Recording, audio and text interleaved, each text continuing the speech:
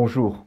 Il ne vous a sans doute pas échappé que la publicité s'appuie très souvent sur la religion pour faire connaître un produit, un spectacle ou pour communiquer certains messages.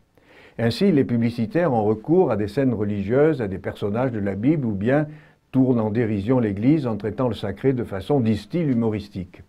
L'essentiel est de toucher l'imaginaire collectif car ces emprunts sont souvent connus du grand public, y compris des non-pratiquants. Le visage de l'Église, dont les chrétiens se veulent les témoins, est loin de certaines de ces caricatures dans lesquelles ils ont bien du mal à se reconnaître. Et cependant, il peut être utile de se poser deux questions successives. Église, que disent de toi les médias? Et toi, Église, que dis-tu? S'interroger sur ce que disent les médias de l'Église est certes nécessaire, même lorsque cela dérange et bouscule. Le miroir est parfois déformant, mais il peut aussi y avoir une part de vérité. Mais la seconde question est sans aucun doute bien plus importante. Et toi, Église, que dis-tu? S'attarder longuement sur le visage que les médias renvoient de l'Église et tenter de se justifier ne doit pas être un alibi pour retarder la réponse « Oh, toi, Église, que dis-tu » Et les chrétiens ont pour devoir de parler. La parole est au cœur même de leur foi. Ils ne peuvent garder pour eux la bonne nouvelle de l'Évangile, mais ils doivent le faire avec douceur et respect. Je me souviens d'un livre illustré par Samuel.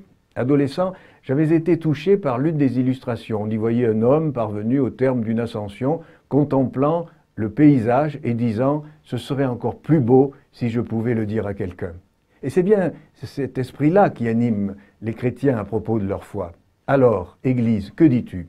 Eh bien, je laisse volontiers la réponse au cardinal Etchegaray qui écrit ceci, donnant la parole à l'Église. « Oh, je me trouve souvent seul, avec sur mes lèvres tremblantes un message merveilleux que je ne réussis pas à crier par-dessus les toits, pourtant couvert d'antennes.